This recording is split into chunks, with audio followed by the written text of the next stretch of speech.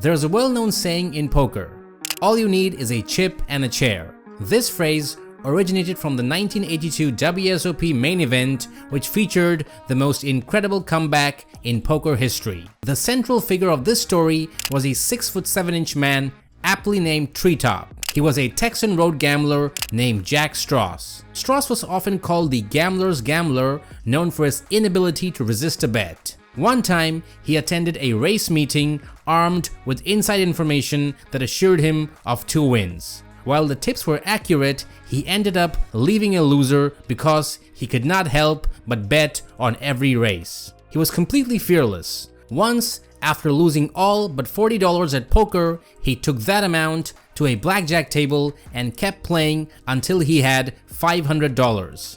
He returned to the poker table and turned that into $4,000. Then, back at the blackjack table, he increased it to $10,000. He then bet all of it on the Kansas City Chiefs in the Super Bowl and ended up with $20,000.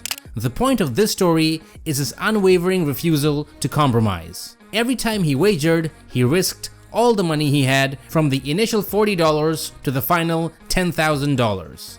His all-or-nothing courage was something that very few could match. Jack Straus competed in the World Series of Poker from its inception in 1970 and reached the final table in 3 consecutive years, from 1971 to 73. He excelled in short-handed and heads-up tournament play, but was more vulnerable in ring games. His friend noted that in a ring game, Straus was often considered the fish.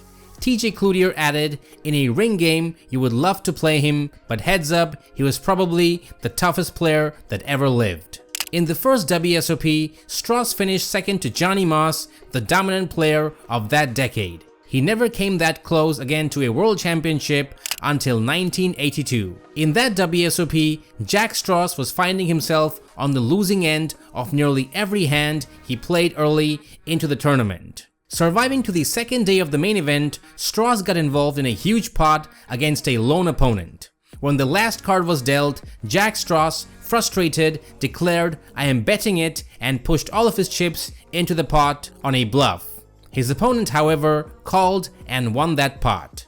Thinking he had been eliminated from the main event, Jack started to get up from the table when another player noticed a single $500 chip hidden under the table's edge. The absolute truth with many of these old-time poker stories resides in the teller of the tale.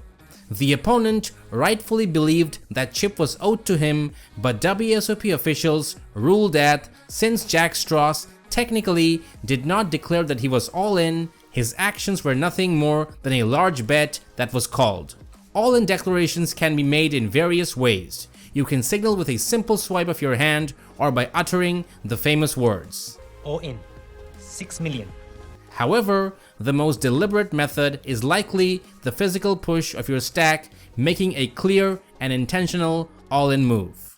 Anyways, it was a tremendous break for Straus and he was allowed to take back his seat. From there, he began an incredible comeback.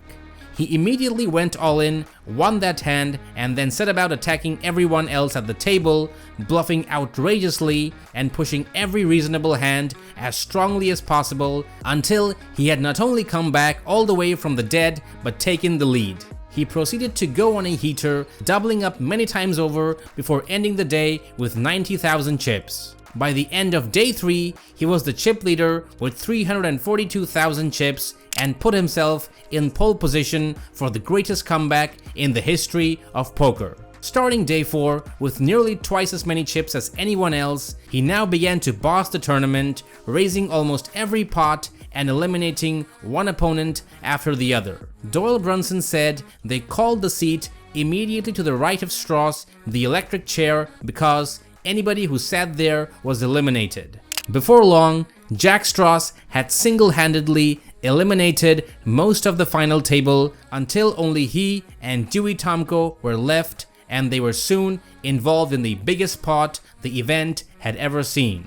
There was just under $1 million on the table. Tomko, holding ace-4 of diamonds, opened with a bet of $100,000. Straus, with ace-10 off, raised him $180,000. Dewey Tomko then went all in and Jack called. The flop of 6-5-4 gave Tomko the lead. The turn card was a queen, which did not help either player. Then came the river card, a10, and Strauss came back from having a single chip to win $520,000 and the world title. As a comeback, this story has no equal. It stands as evidence that you are never beaten until the last chip is gone and they drag you kicking and screaming from your chair. This story continues to inspire poker players everywhere. For Jack Straus, the victory was the climax of his career.